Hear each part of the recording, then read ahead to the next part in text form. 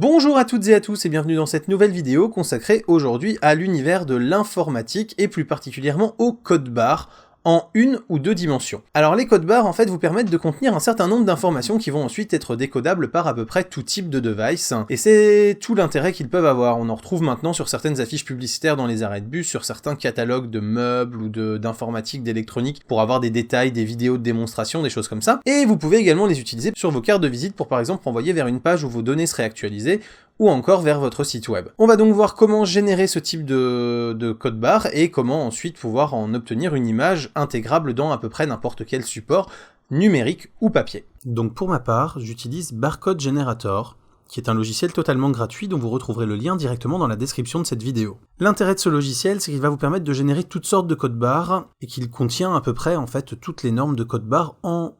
une ou deux dimensions que vous pourriez vouloir trouver. Donc si par exemple vous voulez faire un QR code pour mettre sur une carte de visite, eh bien dans le petit menu déroulant qui est ici, vous allez sélectionner QR code. Vous pouvez aussi faire un code data matrix si vous le souhaitez, ça marche aussi.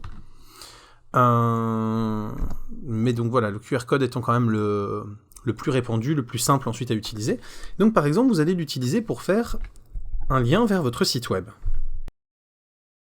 Donc vous voyez que le code se modifie au fur et à mesure que vous tapez votre texte ou ce que vous voulez taper pour y intégrer les données. Et une fois que vous avez fait ce code, alors soit vous pouvez cliquer sur Generate pour être sûr qu'il le mette bien à jour, parce que sur certains types de code barre comme ça va pas s'implémenter automatiquement en fonction de ce que vous choisissez dans la liste. Et une fois que vous avez le code barre qui vous plaît, et le contenu surtout qui vous plaît, vous cliquez Save to File. Et là donc il va vous ouvrir de quoi aller enregistrer l'image en PNG, en TIFF, en JPEG, en BMP ou en GIF. Vous enregistrez votre code barre directement et vous le récupérez donc sous la forme d'une image, sur fond transparent si vous avez choisi le PNG par exemple, et sur fond blanc si vous avez choisi le JPEG, puisque le JPEG ne gère pas la transparence. C'est pour ça d'ailleurs que je vous conseille de l'enregistrer en PNG. Et une fois que vous avez cette image, eh bien libre à vous de l'intégrer dans n'importe quel support de communication, donc voilà, en bas d'une page de magazine pour pouvoir faire un lien vers la page du site web qui va aller un peu plus loin que l'article,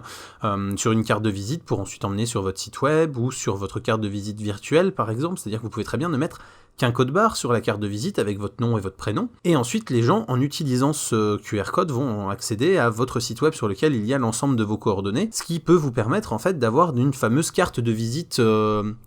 infinie. Les fameuses cartes de visite toujours à jour dont on nous a rabattu les oreilles en fait ne fonctionnent ni plus ni moins que sur un système comme celui-ci, où vous envoyez en fait les personnes à qui vous l'avez donné sur une page web sur laquelle vous actualisez vous-même vos propres informations en temps réel, ce qui fait que quand vous changez de numéro de téléphone,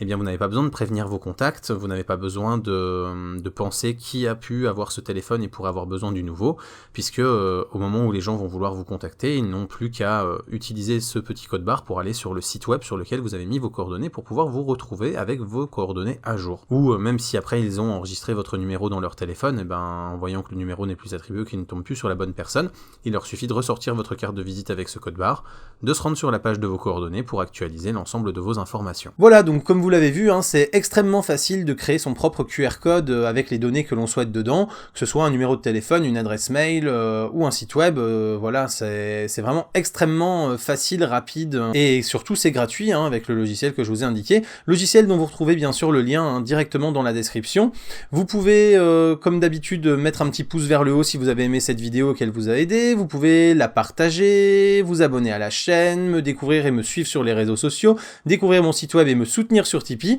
Je vous dis à très bientôt pour plein de prochaines vidéos, photos, techno, informatique, c'est-à-dire tout ce qui fait le contenu habituel de la chaîne. D'ici là, continuez de regarder des vidéos sur YouTube et de rester curieux. Salut à tous, bye bye.